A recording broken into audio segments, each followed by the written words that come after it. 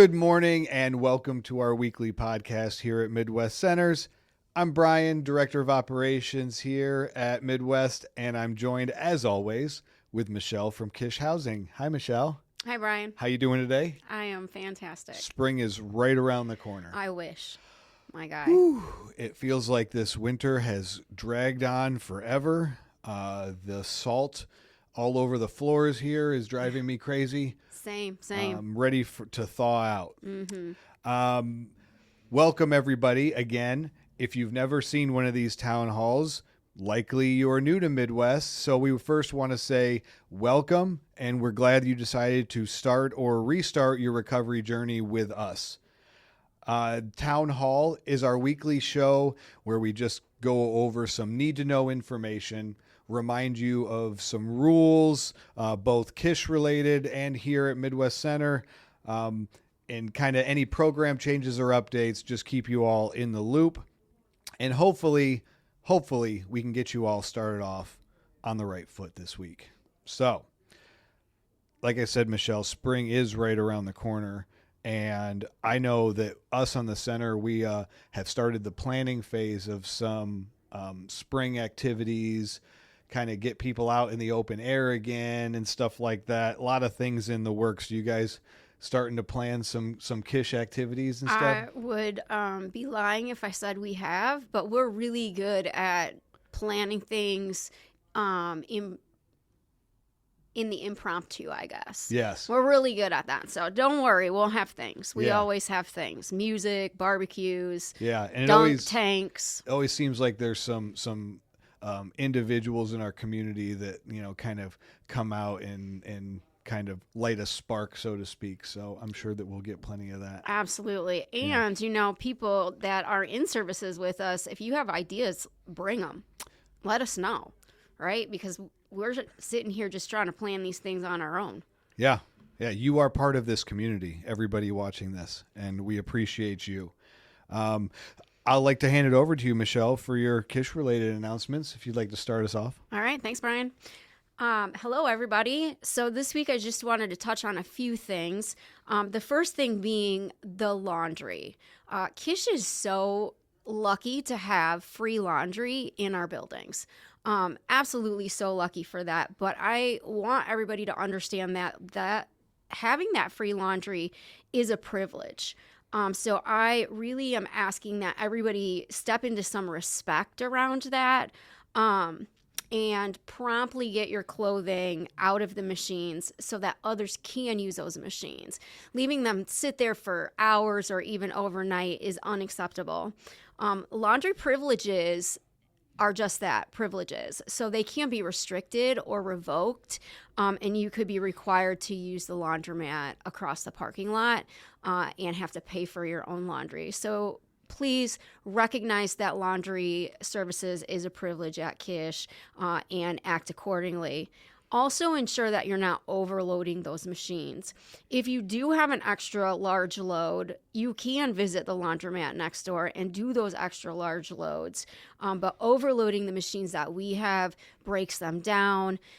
It requires replacement or repair, and that's not always a timely thing. And so just being responsible around the laundry is going to be extra helpful for everybody. If you have questions, or maybe you're a person that never really learned how to use a washing machine and dryer, come and ask us. There are no dumb questions at Kish. We will definitely help you learn how to improve that skill. Next, cleanliness of the units. So we're getting a little lazy again. Winter's dragging on, as Brian said, and I think that just because of that, we can get a little lethargic and a little lazy around Hibernate. everyday things. Yeah, hibernate. Yeah, absolutely. So I need the focus to go back onto the cleanliness of the units. Everybody who lives at Kish needs to ensure that your unit is clean before you leave in the morning, because new people come every day. We're admitting new people to Kish and to Midwest services every single day, and we want them to be met with a hospitable environment when we show them to their new space. So make sure that those units are getting cleaned and straightened up every day before you leave to come to the center. Deep cleaning of the units is required on a weekly basis. And we do have a deep cleaning sheet checklist so that it can help you understand what needs to be done on a weekly basis. I did do some inspections this week, and let me be honest, I was really appalled by the condition of some of the units, but I was even more appalled by the condition of the microwaves. The microwaves will last so much longer if they're regularly cleaned out and you're not just continuing to rebake the food spatter onto the top of the microwave over and over and over again. There were even some units, like more units than I would have expected, that there were just like plates of food sitting in the microwave. And I'm unsure why. So I need that to become an important focus of your deep clean every week, that the inside of that microwave is getting cleaned out. We are going to be replacing some of those microwaves, and the expectation is that they're going to be taken care of so that they last longer than it appears they're lasting right now. Baking that food on over and over again makes the enamel on the top of the microwave bubble up, and then the inside of the microwave begins to rust. And so we can prevent that just with some simple cleaning. So also the refrigerators, I was kind of appalled by. And so the refrigerators also need cleaned out, old food thrown away, the shelves wiped down, and that sort of thing on a weekly basis. And rotating out food that is left behind by people who are no longer with us, right? Like making sure that we're doing that on a consistent weekly basis. The next thing is, like, don't forget to complete your weekly check-in sheets and turn them in with your meeting verification. This is an important piece of your housing requirements. So this is how we check in on your recovery plan goals. Like, that weekly check-in sheet should take 5 to 10 minutes. It's not lengthy. It just lets us know that you're continuing to make progress towards your goal of independence. So make sure that those are getting turned in every week. I want to give you guys a reminder, once again, alcohol and THC products are not allowed at Kish Housing. Consumption of these substances will put your housing at risk, right? So continued use of THC or use of alcohol most definitely goes against our living agreement. We are a complete and total abstinence-based sober living, and so that won't be tolerated. Please consider the consequences that you might receive before making choices to relapse and use substances. Part of our new relapse policy is that no one under the influence will be allowed to remain on Kish property. That may not mean that you are removed from the program, but it does mean that you will not be able to be on the property while you're under the influence. So, keep that in mind as you're making choices about whether you are going to step into an episode of use or seek out some help to overcome whatever stressor is causing you to feel like you want to use. Great. All right. Thank you, Michelle. Yeah. All very important reminders and announcements, especially about the cleanliness. I have a few reminders. The first one is, it's kind of a rule reminder, but I think it's just a rule that isn't communicated very clearly and often enough. And I've seen it become a little bit problematic. And that is involving the use of video within our building, specifically video phone calls, FaceTime, things of that nature. These type of calls are absolutely prohibited within this building. Or around the property for that matter. This includes outside. The reason for that is you could intentionally or accidentally violate somebody's right to privacy by doing so. So we just do not allow those type of video calls to happen here. Also, this is a reminder that all requests to miss services, and I'll say this pretty much weekly, all requests to miss services must be communicated 48 hours in advance and be communicated by way of your case manager using a client request form. Keep this in mind when you are setting up job interviews, dental appointments, doctor's appointments, things of that nature outside of Midwest.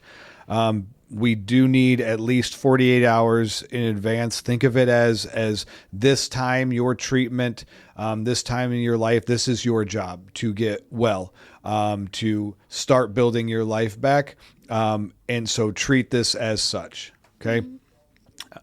Earlier, I mentioned spring activities, and Michelle, you read my mind. This was another announcement that I had, and you beat me to the punch. You guys have great ideas, very creative, and if you have ideas of things that you would like to do, things that you had fun doing in recovery, or something you would like to try that's new, I want to hear your suggestions. I have placed some suggestion slips down at the front desk. Please fill it out. Let me know what you want to do. Please keep this serious. I don't want to see we should all fly to Miami. We should have Bruno Mars come and give us a concert in the parking lot. I'll set that up. Me and Bruno go way back. Okay. That's not true. I don't know Bruno Mars. I think he's probably a nice guy though. But seriously, I want to hear from you, whether it be kayaking, rock climbing, archery classes I've heard before, whatever it is. We want to hear from you. We want to make this experience as substantial, as enjoyable, and as meaningful as possible. Okay. Next, shout outs. I love this section. First, I want to shout out Chris H. Chris is generally just pleasant. He's friendly. He's always so full of energy. I don't know if you know Chris H., if you've had the pleasure at Kish to meet this young man, but he's very pleasant to be around. I want to say, Chris, put the same energy and motivation into your recovery, and the sky is the limit for you, my friend. I also want to give a shout out to Shannon. She has taken on the responsibility of coming and getting our morning meeting binder and stamp, and has taken that on. And I really appreciate the initiative that you've shown doing that. Next, I want to give a shout out to everyone. That's right. I want to give a shout out to everyone. I have seen a vast improvement in the cleanliness here in this building, Michelle. Good. Still has some work to be done. Still some work to be done, but I do want to give credit where it's due. And I want you to know that I am a stickler for this because I want you to have the best environment to recover in. This isn't about a pet peeve of mine. This is my belief that you deserve to have the best environment. And that starts with us respecting each other and respecting ourselves. Yep. I'm sure the same goes for the microwaves and the refrigerators and all that stuff at Kish. Just put that same amount of energy in. But before you move on to your motivational story, I'd like to give a shout out. Oh, I love this. Oh. Okay. So I want to give a shout out to Ryan B. Okay. Who stepped outside of his comfort zone, sought me out to have a very honest conversation and get some amazing motivation. So Ryan, I see you, and I know that you're going to be doing the work to make the life that you want. That's incredible. Good job, Ryan. Thank you for that, Michelle. Okay. I have one more shout out before my motivation. I almost missed this one. I want to give a shout out to Steve and his activities participants. Now, usually this section is reserved for shout outs to clients because you are all putting in such hard work. And I'm so very proud of you. But today I want to acknowledge that our driver, and he's so much more than that, Steve, the effort that he puts in to show people that what fun and responsibility looks like in recovery, out in the community, doing fun things. And the individuals that go with him, I know that he often identifies those that are working hard. So it's a little bit of a reward, but also a lesson, a teaching moment each of these times. Yep. So, Steve, thank you. The individuals that go on these activities to meetings and out to eat and things like that, to walleye games and mud hens games, thank you for representing Midwest in the community with respect. I appreciate that very much. Now, morning motivation. So a blacksmith had an apprentice, and one day the apprentice noticed something strange. Whenever the master craftsman found a piece of iron with real potential, he treated it more harshly than the rest.